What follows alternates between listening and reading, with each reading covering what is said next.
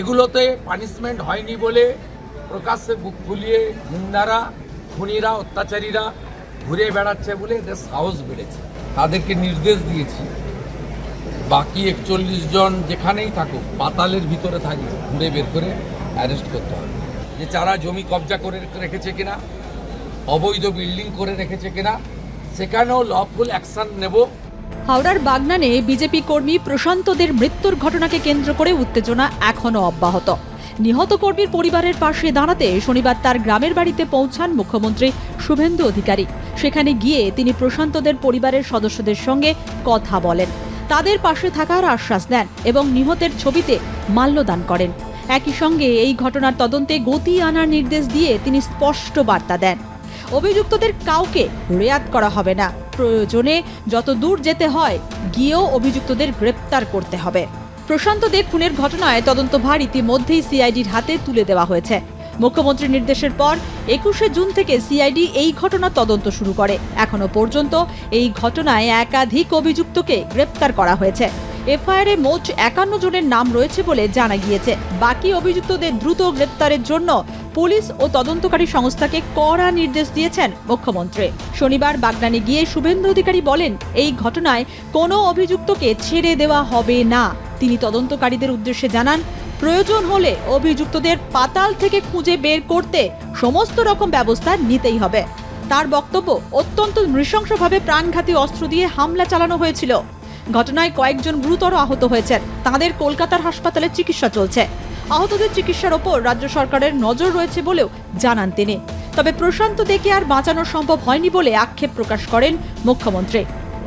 এরপর বাগনান থানায় গিয়ে পুলিশ আধিকারিক ও সিআইডি কর্তাদের সঙ্গে বৈঠক করেন শুভেন্দু অধিকারী। সেখানে মামলার অগ্রগতি, তদন্তের বর্তমান পরিস্থিতি এবং বাকি অভিযুক্তদের গ্রেপ্তারের বিষয়ে আলোচনা হয়।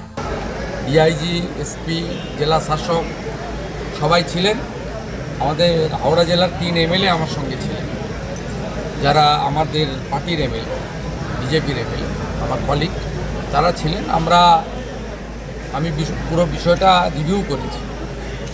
আমাকে পুলিশ, সিআইডি অ্যাডমিনিস্ট্রেশন, পুলিশ অ্যাডমিনিস্ট্রেশনের পক্ষ থেকে বলা হয়েছে মোট 51 জনের নামে এফআইআর হয়েছে, 10 জন এখন অবধি অ্যারেস্ট হয়েছে। আমি তাদেরকে নির্দেশ দিয়েছি বাকি 41 জন যেখানেই থাকুক, পাতালের ভিতরে থাকবে, ঘুরে বের করে অ্যারেস্ট করতে হবে।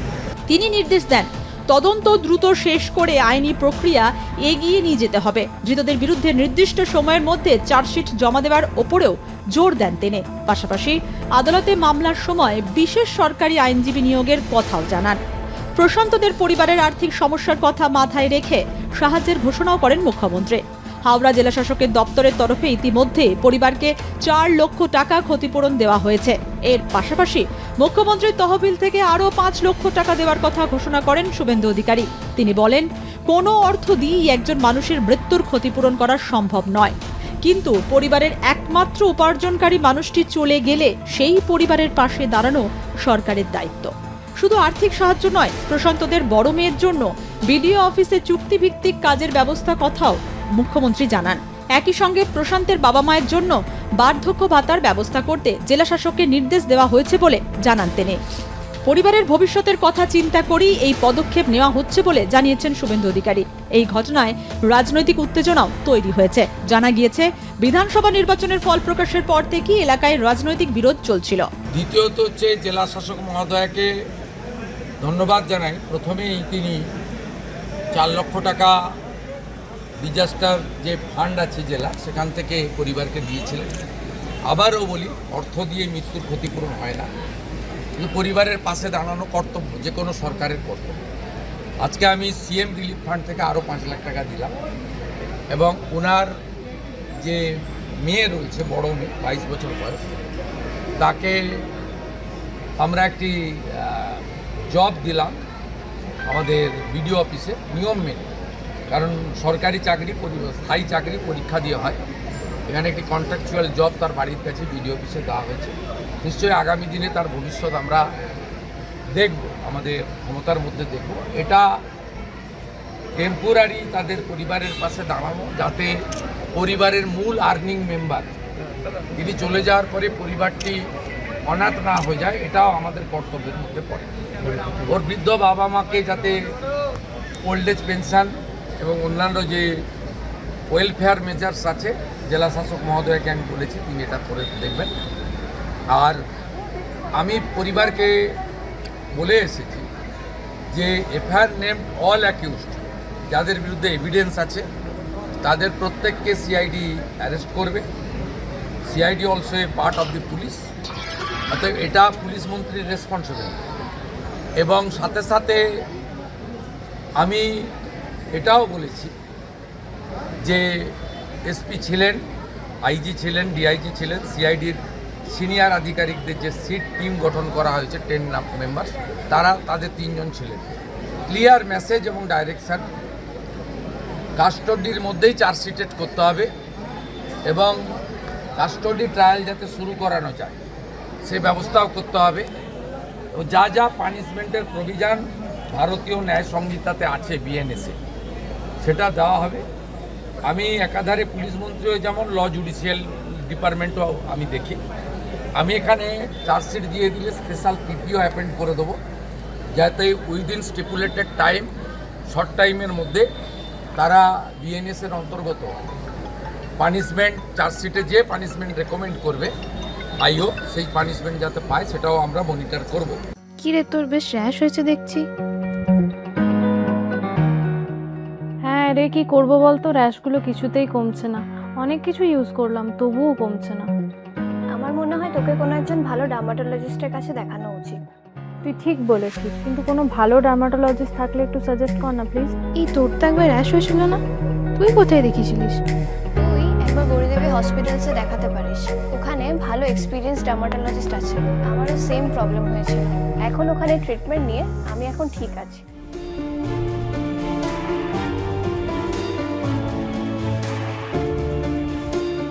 গৌরী দেবী হসপিটাল, রাজবাঁধ, দুর্গাপুর। যোগাযোগ 8001003333, 8001113333।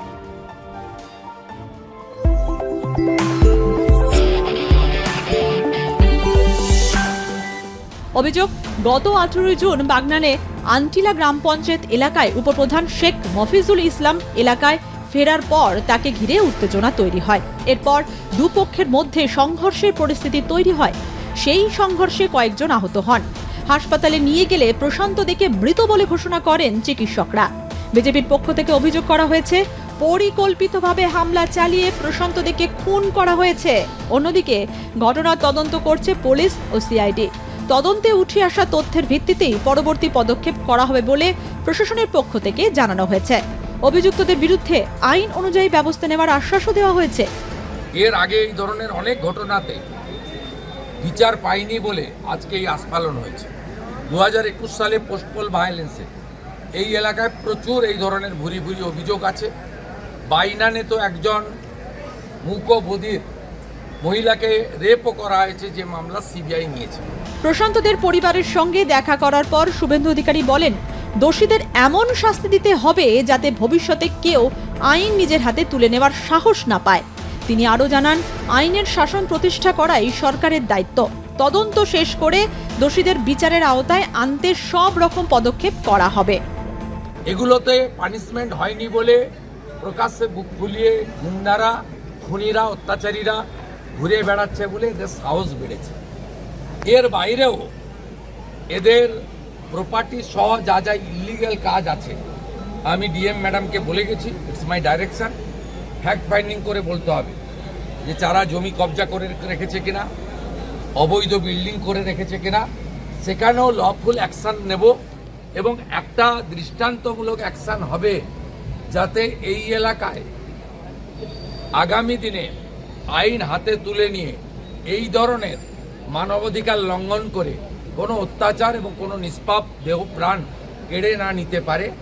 এটা হচ্ছে আমাদের দায়িত্ব, কারণ শাসকের আইন উঠে গেছে এই রাজ্যে, এখন আইনের শাসন প্রতিষ্ঠা হয়েছে, এটা প্রতিষ্ঠা করার দায়িত্ব আমার। এর আগে পুলিশ মন্ত্রী, মুখ্যমন্ত্রী আমার জানা নেই তারা ভিকটিমের বাড়িতে এসে কেস মনিটরিং করার কোনো ইতিহাস আপনাদের চোখেও পড়েনি। তো আমি বলতে পারি, যাদের ত্যাগের বিনিময়ে এই রাজ্যে রাষ্ট্রবাদী সরকার তৈরি হয়েছে, আমাকে মুখ্যমন্ত্রীর মতো গুরুদায়িত্ব আপনারা দিয়েছেন, আপনাদের ভরসার জায়গাটাকে সম্মানের সঙ্গে, আস্থার সঙ্গে রক্ষা করার দায়িত্ব আপনাদের মুখ্যমন্ত্রী। একদিকে মুখ্যমন্ত্রীর নির্দেশের পর তদন্ত আরও সক্রিয় হয়েছে। খুনের ঘটনায় মোট 51 জনের নামে এফআইআর দায়ের করা হয়েছিল। এই ঘটনায় আগেই 10 জন গ্রেপ্তার হয়েছিল। এবার জালে আরও এক অভিযুক্ত। পুলিশ ও সিআইডি যৌথ অভিযানে আরও এক অভিযুক্তকে গ্রেপ্তার করা হয়েছে বলে জানা গিয়েছে। শেখ সৈফুদ্দিন নামে এক অভিযুক্তকে গ্রেপ্তার করা হয়েছে। ধৃত শেখ সৈফুদ্দিনের নাম ছিল এফআইআর এর 43 নম্বরে। মুখ্যমন্ত্রীর নির্দেশের পর গত 21 তারিখ থেকে বিজেপি কর্মী খুনের ঘটনায় তদন্ত শুরু করে সিআইডি। এখনও খুনের ঘটনায় অধরা 40 জন অভিযুক্ত। তাদের দ্রুত গ্রেপ্তারের জন্য তল্লাশি চালানো হচ্ছে। প্রশান্তদের মৃত্যুর ঘটনায় তার পরিবার যেমন স্বজন হারানোর বেদনায় ভেঙে পড়েছে, তেমনি রাজনৈতিক মহলেও এই ঘটনা নিয়ে চাপানোতর চলছে। এখন সবার নজর তদন্তের পরবর্তী ধাপ এবং অভিযুক্তদের বিরুদ্ধে আইনি পদক্ষেপের দিকে। পরিবার চাইছে দ্রুত বিচার, আর প্রশাসনের দাবি তদন্তের মাধ্যমে প্রকৃত দোষীদের চিহ্নিত করে আইনের আওতায় আনা হবে। হাওড়া থেকে রণজিৎ রায়ের রিপোর্ট, আর+ নিউজ।